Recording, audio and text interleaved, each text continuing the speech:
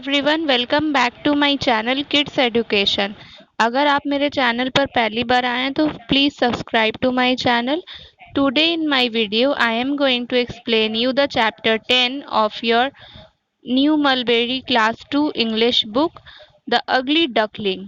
The ugly duckling story Hans Christian Andersen ने लिखी है। ये एक शॉर्ट स्टोरी है जो कि उनके एक बुक से ली गई है। ओके, तो अब हम स्टार्ट करते हैं। On a warm, bright summer day, Mother Duck was sitting in her nest. The nest was at the edge of a lake. There were 10 eggs inside the nest. तो एक समय की बात है, गर्मियों के दिन थे और मदर डक जो है वो अपने घोंसले के पास बैठी हुई थी। घोंसला जो था वो झील के किनारे पर था और घोंसले के अंदर 10 एग्स थे, यानी 10 अंडे थे। Crack! One by one, 9 eggs cracked open and out came pretty, fluffy yellow ducklings. तो हर एक अंडा क्रैक होना स्टार्ट हो गया एक एक करके, और उसमें से क्या निकल कर आने लग गए? बहुत ही ज्यादा प्यारे सॉफ्ट येलो कलर के डकलिंग्स। डकलिंग्स का मीनिंग क्या होता है? डक के बेबी को हम लोग क्या कहते हैं? Ducklings. Cheep cheep piped the little ducklings waddling around. तो सारे प्यारे प्यारे डकलिंग्स क्या कह रहे थे? चीप चीप, और वो इधर उधर घूम रहे थे। The biggest egg of all cracked open last. A large grey chick came out of the egg. जो सबसे बड़ा वाला एग था वो सबसे लास्ट में खुलता है, और उसमें से कौन बाहर आता है? एक बड़ा सा ग्रे कलर का चिक।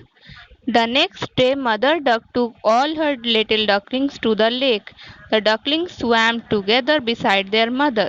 तो अगले दिन मदर डक उन्हें अपने सारे डकलिंग्स को लेकर झील में जाती है, और सारे डकलिंग्स अपने मम्मी के पीछे पीछे तैर रहे थे। The grey duckling could swim better than all the other ducklings. जो ग्रे डकलिंग था वो सारे बाकी येलो डकलिंग के मुकाबले बहुत अच्छे से स्विम कर पा रहा था।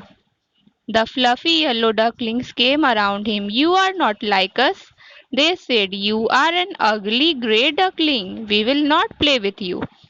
तो बाकी सारे जो येलो डकलिंग्स थे वो ग्रे डकलिंग के पास आते हैं और उससे क्या कहते हैं कि तुम तो हमारे जैसे नहीं हो, तुम तो एक बदसूरत ग्रे डकलिंग हो, हम तुम्हारे साथ नहीं खेलेंगे।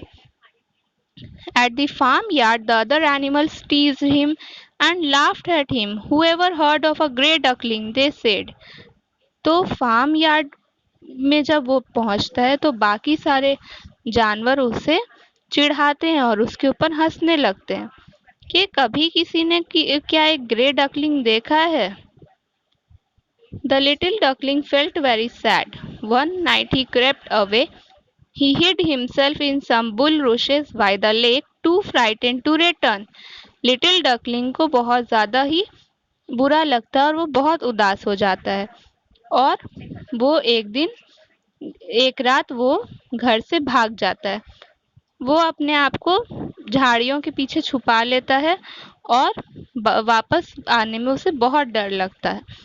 All through the hot dry summer he stayed outside the farmyard eating what he could find.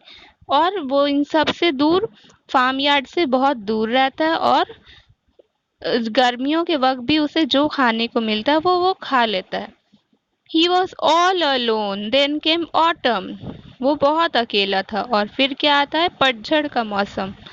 The leaves turned brown and fell from the trees. Soon it was winter. The sky was grey and cold winds blew. और पतझड़ के मौसम में सारे पत्ते brown हो गए थे और पेड़ों से गिर रहे थे। उसके बाद मौसम आता है सर्दियों का। आसमान जो है वो ग्रे हो चुका था और ठंडी हवाएं चल रही थी। One evening, while he was shivering by the lake, the ugly duckling saw the most beautiful white birds flying across the river. They were swans. एक शाम की बात है, जब वो ठंड में ठिठुर रहा था झील के किनारे, तो अगली डकलिंग ने कुछ खूबसूरत सफेद रंग के बर्ड्स को रिवर के ऊपर तैरते हुए देखा। वो कौन थे? वो थे स्वैन्स यानी हंस। The ugly duckling looked at them and wished with all his heart that he could be with them. अगली डकलिंग उनके ओर देखता है और उसे ये दिल से वो विश करता है कि काश वो भी उनके साथ उड़ सकता। Winter passed and it was spring.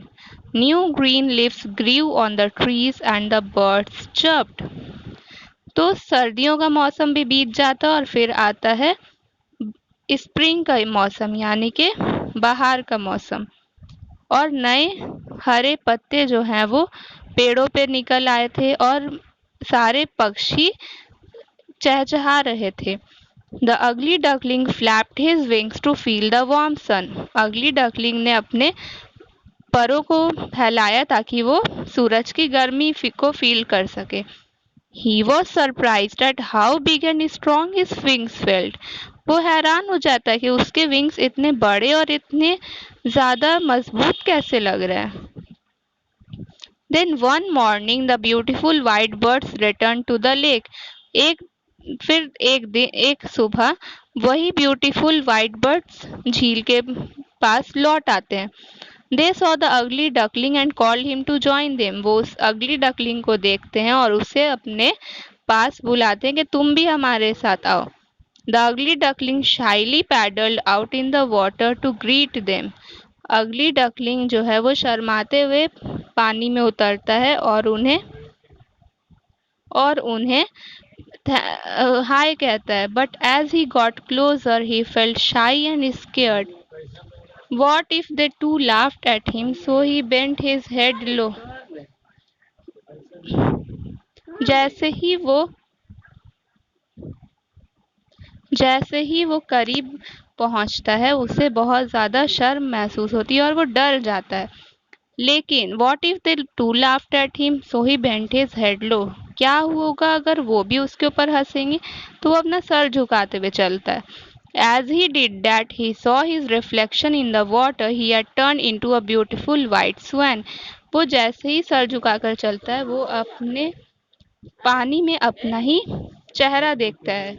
उसे ये दिखता है कि वो एक बहुत ही खूबसूरत हंस में चेंज हो चुका है।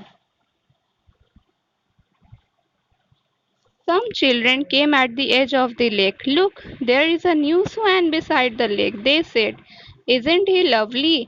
और कुछ बच्चे झील के किनारे पर आकर उसे देखते हैं और कहते हैं कि ये देखो, ये तो एक नया स्वैन आ गया है लेक में। क्या वो बहुत ज़्यादा खूबसूरत नहीं है? Thank you everyone.